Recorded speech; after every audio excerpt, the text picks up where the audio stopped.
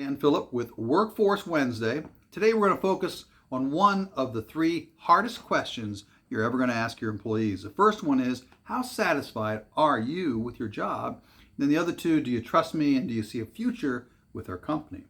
You have to ask these questions if you want to build a great team and a great company. But most managers and leaders believe they are the hardest workers in the company and they don't need as much improvement as the rest of the workforce does. Well, improvement begins by asking hard questions so you know where you stand as a change agent and a culture maker in your company. Great changes take place when you take action on the answers you receive. When you ask a question, you must be prepared and committed to the answers. For example, let's do a dialogue between a leader and an employee.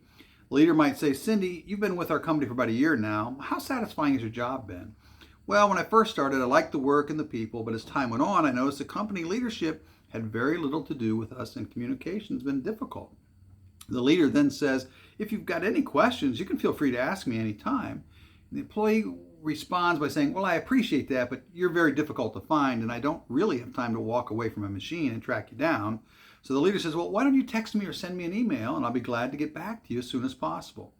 The employee goes on and says, well, I've tried that, but it would take a week or longer just to get a response, so I just stopped trying.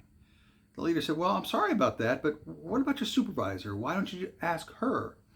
The employee suggests, well, she's in a lot of meetings, or appears to be, and is usually putting out fires when they need her. The leader says, well, I'll try better to be more accessible.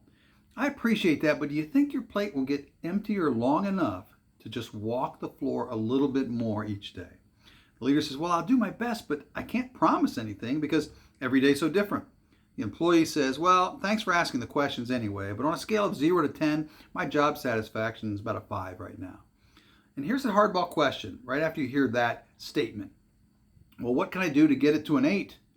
Well, if you ask that question, then you must be prepared to do something, to make a difference in the life of your employee.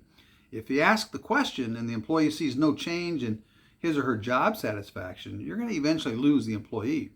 People don't leave jobs as often when their job satisfaction is high, and people don't leave jobs as often when the leadership demonstrates they care by asking the hardball questions and delivering results that impact people in a positive way. We're going to address the other two questions in a later episode of Workforce Wednesdays, but for today, ask the hardball questions only if you're prepared to change and disrupt your schedule.